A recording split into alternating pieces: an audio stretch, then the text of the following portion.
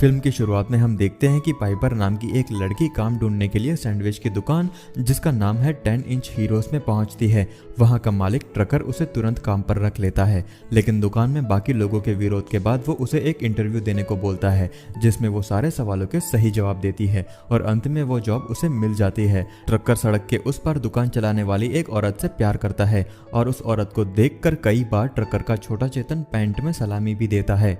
अगले दिन काम करते वक्त पाइपर प्रिस्टली से मिलती है जो कि उसी दुकान में काम करता है। प्रिस्टली बहुत ही रंगीन मिजाज का आदमी है और दूसरे लड़कों से अलग दिखने की कोशिश करता है। वो अजीब तरह के कपड़े पहनता है, जोक्स मारता है और कुछ भी बोलता है और उसके चलने का ढंग भी काफी अलग है। उसी वक्त पाइपर के साथ काम करने वाली एक और लड़की टिश एक लड़के के साथ फ्लर्ट कर रही होती है और उसे अपने झांसे में फंसा लेती है। प्रिस्टली बताता है कि टिश हर दूसरा लड़का जो दुकान में आता है उसके साथ ऐसा ही करती है और उसका फायदा उठाकर उन्हें छोड़ देती है। फिर हम मिलते हैं जेन से, जो कि बहुत ही शर्मीली लड़की है। उसकी रुचि टेक्नोलॉजी में है और वो दुकान में वेबसाइट संभालती है। वो सबसे छुपाकर इंटरनेट पर एक अनजान लड़का जिसका नाम है फजी 22 उससे प्यार करती है, लेकिन क्योंकि वो बहुत शर्मीली है और कभी किसी को डेट नहीं किया इसलिए वो उस लड़के से मिलने से डरती है। फिर हमें पता चलता है कि पाइपर का एक रहस्य है। 8 साल पहले जब वो 15 साल की थी तब उसने एक बेटी को जन्म दिया था। फिर उसने अपनी बच्ची को गोद लेने के लिए छोड़ दिया। वो बस इतना जानती है कि उस बच्ची का नाम जूलिया है और उसको गोद लेने वाले पिता का नाम नोआ है। पाइपर अपना काम शुरू करने के कुछ समय बाद ही जूलिया को अपने पिता नोआ के साथ समुद्र तट पर देखती है। वो अपने आप को एन कहकर इंट्रोड्यूस करती है ताकि नोआ उसे पहचान ना पाए। वो जल्दी ही जूलिया के साथ आर्ट और ड्राइंग के अपने कॉमन प्यार पर दोस्ती कर लेती है, जिसके कारण जूलिया पाइपर को अपना आर्ट टीचर बना लेती है। पाइपर भी नोआ के साथ तुरंत अच्छे संबंध बना लेती है और उसे पता चलता है कि जूलिया की माँ अब उसके साथ नहीं है, हालांकि नोआ अभी भी उसे नहीं भूला है। इस बीच टिश टेड से मुलाकात करती है और उसके साथ अपने समय का भरपूर आनंद लेती है। हालांकि उसे ये अजीब लगता है कि वो अपने दोस्त ब्रैड से कभी अलग नहीं होता।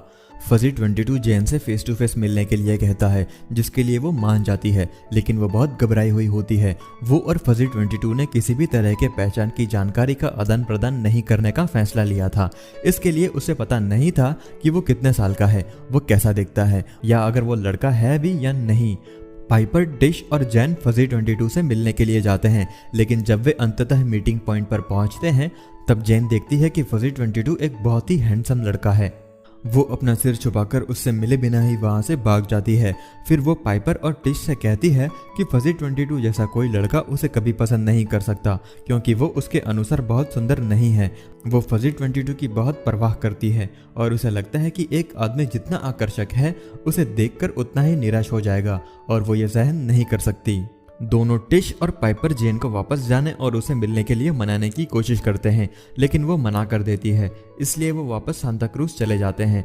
पाइपर नोआ के साथ डेट पर जाती है और वो उसे अपने बारे में सच्चाई बताने के लिए तैयारी ही कर रही होती है कि नोआ उसे रोक लेता है और वो कहता है कि उसे पहले कुछ कहना है। वो बताता है कि जूलिया की माँ जो पूर्वी तट पर रहती है उसने जूलिया के साथ बहुत गलत व्यवहार किया है और उसे मारा भी है, जिस वजह से नोआ ने उसे तलाक दे दिया और कोर्ट के ऑर्डर के हिसाब से उसके जूलिया से उसके 18वें जन्मदिन तक मिलने या संपर्क करने की अनुमति नहीं है। इस बातचीत के दौरान पाइपर को पता चलता है कि जूलिया को गोद नहीं लिया गया और नोआ और उसकी पूर्व पत्नी ही जूलिया के असली माता पिता हैं। ये जानने के बाद कि जूलिया वो बेटी नहीं है जिसे उसने जन्म दिया था, वो वहां से भाग जाती है। टेड सैंडविच शॉप पर पहुंचकर उसे बाहर ले जाने के लिए पूछता है। टिश उसे साइड में ले जाकर बहुत खरी खोटी सुनाती है और उसे एक दिन पहले वाले घटना के लिए गालियां भी देती है। टिश ये भी कहता है कि वो और ब्रेड मीठे हैं, लेकिन वो इसे स्वीकार नहीं करना चाहते, इसलिए वो एक दूसरे के साथ शारीरिक संबंध बनाने के लिए एक लड़की को ढूंढ रहे हैं। इतनी सारी बातें सुनने के बाद टेड गुस्से में आग बबूला हो जाता है और टिश को मारता है। प्रिस्टली फिर टिश को बचाने के लिए टेड पर हमला करता है और घायल हो जाता है। फिर ट्रकर वहां आता है और टेड को अपने अद्भुत फाइटिंग तकनीकों से बहुत बुरी तरह पीटता है और सबको बचा लेता है। ट्रकर सभी को अपने घर वापस ले जाता है और बताता है कि वो कभी भी सिर्फ एक बच्चा नहीं था जो वुडस्टॉक गया था। वो वास्तव में एक बहुत ही शक्तिशाली जवान था जो वियतनाम में 3 दौरों पर गया था, जहां उसने बहुत लोगों को मार डाला और नई फाइटिंग तकनीक भी सीखी। फिर वो अमेरिका लौट आया और खो गया और शांतिपूर्ण जीवन बिताने का निर्णय लिया। उन्होंने फिर कभी किसी इंसान के खिलाफ कोई हिंसा न करने की कसम भी खाई। वो पाइपर, जैन, टिश और प्रिस्टली को अपनी हाई स्कूल की किताबें दिखाते हैं और ये भी बताता है कि वो फुटबॉल टीम का कप्तान और अपने क्लास का मॉनिटर भी था। जब वो टिश के साथ बात कर रहा होता है तो वो उसे अच्छे लोगों के साथ डेटिंग शुरू करने के लिए कहता है, लेकिन टिश प्रिस्टली की ओर देखते हुए कहती है कि अच्छे लोग उसके जैसी लड़कियों को पूछते ही नहीं हैं। जेन ट्रकर की किताबों को पढ़ते वक्त सबका ध्यान जो की तस्वीर की ओर आकर्षित करती है। ट्रकर रियलाइज करता है कि उसे अपने अतीत को जो से छिपाने की जरूरत नहीं है, क्योंकि वो पहले से ही सब जानती है उसके बारे में। वो अंत में उसे डेट पर पूछने की हिम्मत जुटाता है, जो खुशी खुशी हाँ कर देती है, जो बताती है कि हाई स्कूल के समय से ही उसका उस पर क्रश था, जब वो एक शर्मिली फ्रेशमैन थी। आगे वो कहती है कि कई लोग अभी भी हाई स्कूल को अपने अंदर रखते हैं, इसलिए वो ट्रकर से कभी बोल नहीं पाई कि वो उसके लिए कैसा महसूस करती है। पाइपर और नोआ के बीच एक और बात होती है और वो उसे झूठ बोलने के लिए माफ कर देता है और उसे पूछता है कि क्या अब भी वो उसके परिवार का हिस्सा बनना चाहती है।